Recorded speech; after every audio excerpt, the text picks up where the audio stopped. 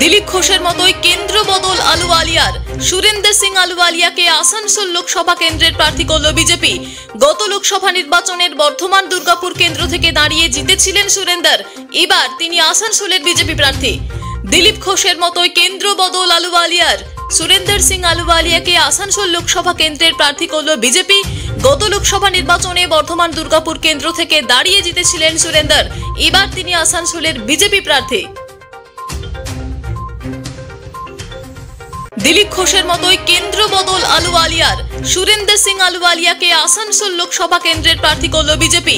গত লোকসভা নির্বাচনের বর্ধমান দুর্গাপুর কেন্দ্র থেকে দাঁড়িয়ে জিতেছিলেন সুরেন্দর। এবার তিনি আসানসোলের বিজেপি প্রার্থী। দিলীপ ঘোষের মতোই কেন্দ্র বদল আলুওয়ালিয়ার। সুরেন্দর সিং আলুওয়ালিয়াকে আসানসোল লোকসভা কেন্দ্রের প্রার্থী করল বিজেপি। গত লোকসভা নির্বাচনে বর্ধমান দুর্গাপুর কেন্দ্র থেকে দাঁড়িয়ে জিতেছিলেন সুরেন্দর। এবার তিনি আসানসোলের বিজেপি প্রার্থী। সুলভে সঠিক চিকিৎসার একমাত্র প্রতিষ্ঠান বিবেকানন্দ হসপিটাল। 24 ঘন্টা emergency service, blood bank, trauma care.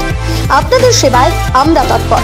গুণমান ও পরিষেবায় দুর্গাপুর বিধাননগরের ডক্টর জাকির হোসেন এভিনিউর বিবেকানন্দ হসপিটাল শিল্পাঞ্চলের মানুষের মন জয় করেছে।